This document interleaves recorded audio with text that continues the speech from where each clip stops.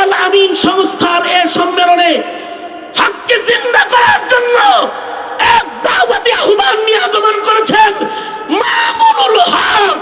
মামুনুল হক, মামুনুল হক, মামুনুল হকের সাথে হককে গালিব করার কাফেলায় তোমাদের সকলকে আহ্বান জানাতেই আমার এখনকার বসা।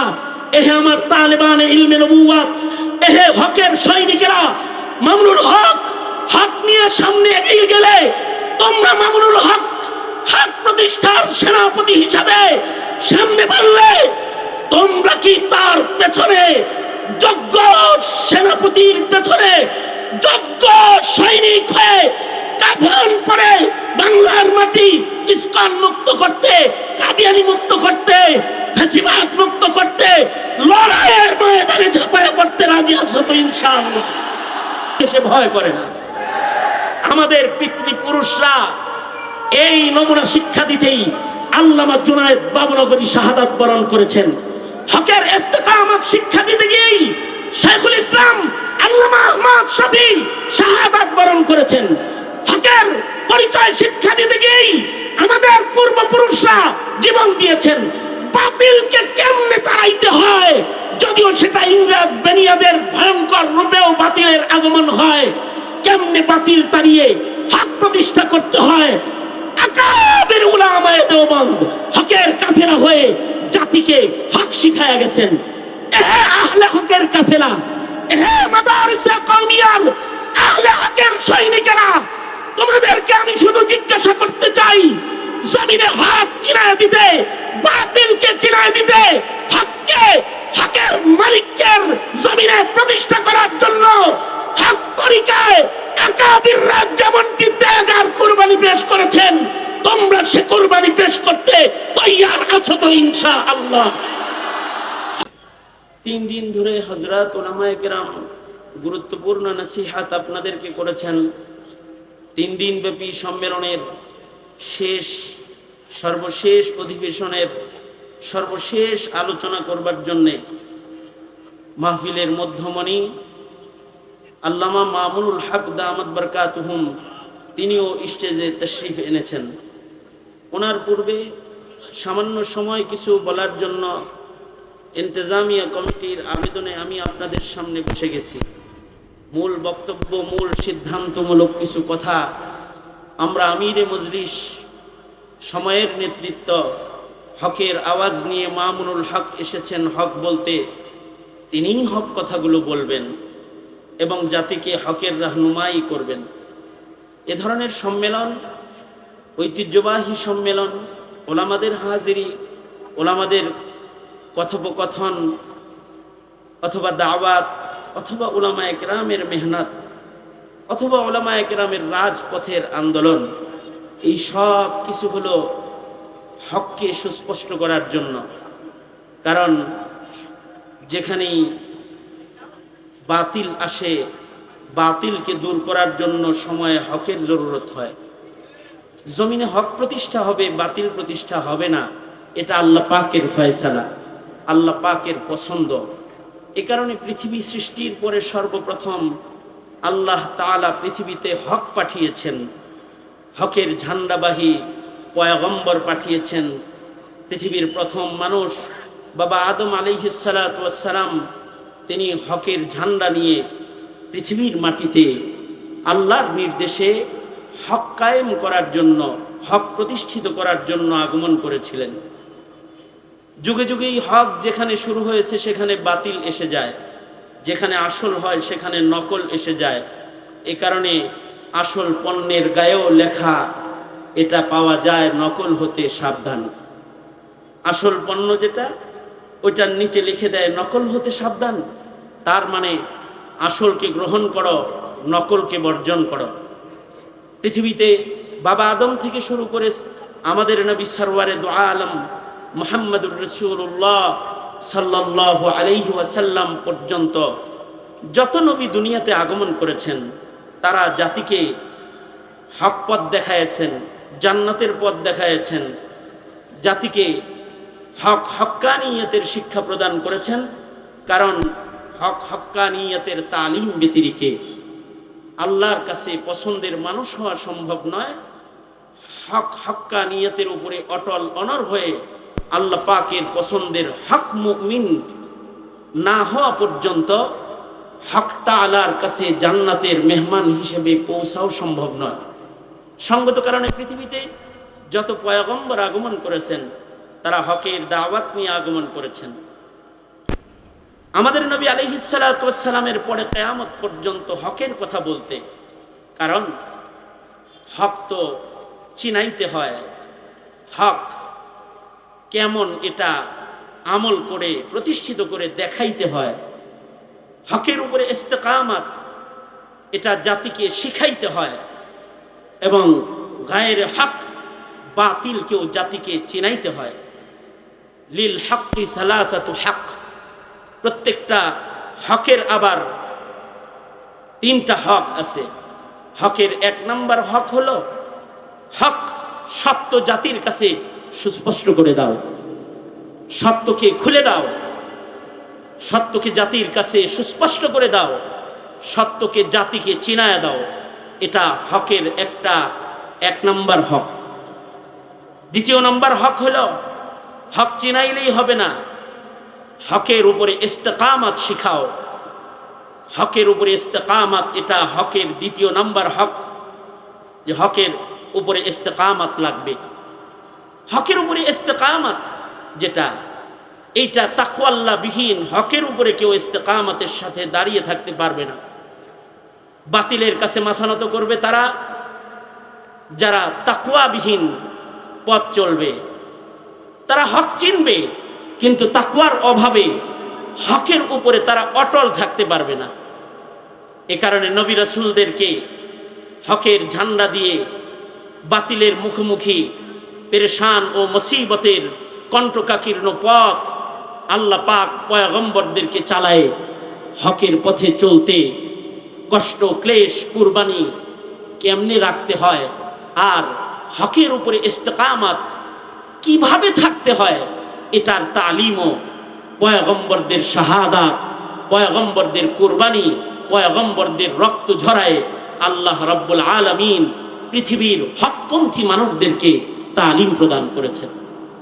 পাশাপাশি পৃথিবীর সকল পয়গম্বরদেরকে আসমানি হক ইলম আল্লাহ পাকের পক্ষ থেকে ওইসে ইলম আল্লাহ পাক প্রদানের মাধ্যমে জমিনবাসীকে হক এবং বাতিল সুস্পষ্ট চিনায়া দেওয়ার মেহনত জমিনে করাইছেন। সরওয়ারে দু আলম নবী এই মেহনতের শেষ এবং সর্বশেষ পয়গম্বর, শ্রেষ্ঠ নবী হয়ে দুনিয়াতে আগমন করেছিলেন। নবী আলাইহিস সালাতু ওয়াস সালাম 570 খ্রিস্টাব্দে যখন সারা দুনিয়াতে বাতিল ছেয়ে গিয়েছিল, সারা দুনিয়াটা বাতিলের বুতপুরুস্তির আড্ডাখানায় পরিণত হয়েছিল, ওই সময় হকের ঝান্ডা নিয়ে আমার নবী সরওয়ারে দু আলম হকের দাওয়াত নিয়ে পৃথিবীর মাটিতে আগমন করেছিলেন এবং জাতিকে হক চিনাইছিলেন। হক চিনাইতে চিনাইতেই আহলে হকদের 1.25 লক্ষ সাহাবীর একটি জামাত সরওয়ারে দু আলম নবী হক চিনায়ে হকের উপরে চলনেওয়ালা আল্লাহ পাকের পছন্দনীয়, আল্লাহ পাকের কাছে পাশ করা একটা জামাত, যাদের ইমতিহান হক যারা শিখেছে আল্লাহর কাছে, আল্লাহর রাসূলের কাছে, আর যারা পরীক্ষা দিয়েছিল মুহাম্মদুর রাসূলুল্লাহ সাল্লাল্লাহু আলাইহি ওয়াসাল্লামের ছাত্র হিসেবে আল্লাহর কাছে, এবং আল্লাহ পাক তাদের হক্কানিয়তের পরীক্ষা গ্রহণ করে আল্লাহ পাক তাদেরকে সনদ দিয়েছিলেন উলাইকা হুমুল মুমিনুনা হাক্কা, উলাইকা হুমুল মুমিনুনা হাক্কা। আবু বকর থেকে শুরু করে ওয়াহশী পর্যন্ত 1.25 লক্ষ সাহাবী, এরা সবাই হক মুমিন হিসাবে, সত্যিকারের মুমিন হিসাবে, হকের উপরে অটল সৈনিক হিসাবে আল্লাহর কাছে পরীক্ষায় তারা উত্তীর্ণ হয়েছিলেন। সারা দুনিয়াতে ছড়িয়ে পড়েছিলেন আহলে হকের দাওয়াত নিয়ে সাহাবায়ে কেরাম। সারা পৃথিবীতে এক সময় হকের ঝান্ডা উড্ডীন হয়েছিল। এই হক যেখানে প্রতিষ্ঠা পেয়েছে, সমাজের মানুষ হকের আলো পেয়েছে, শান্তি পেয়েছে, পরকালে জান্নাতের পথ পেয়েছে, মানুষগুলো তাকওয়ার জিন্দেগি পেয়েছে। পয়গম্বরদের শিখানো হক তরিকায় জীবন যাপন করে মানুষগুলো আল্লাহ পাকের পছন্দের মানুষে রূপান্তরিত হয়েছিল। চারিত্রিক গুণাবলীর মানুষ, চারিত্রিক গুণে আল্লাহর কাছে পছন্দনীয় হক পুরস্ত গোলাম সাহাবায়ে কেরাম জমিনে পয়দা করার জন্যে গোটা দুনিয়াতে সাহাবায়ে কেরাম সফর করেছিলেন।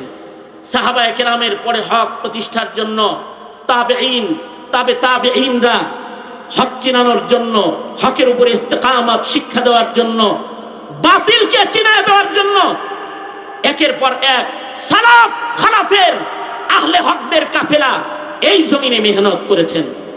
আমরা আমাদের বয়সেও কিছু আহলুল হক, হকের আহালকে দেখেছি। আমরা দেখেছি হকের সৈনিক আল্লামা আজিজুল হক, আমরা দেখেছি মুফতি আমিনী আহলুল হক, আমরা দেখেছি মুফতি আহমদ শফি আহলুল হক, আমরা দেখেছি আল্লামা জুনায়েদ বাবুনগরী আহলুল হক।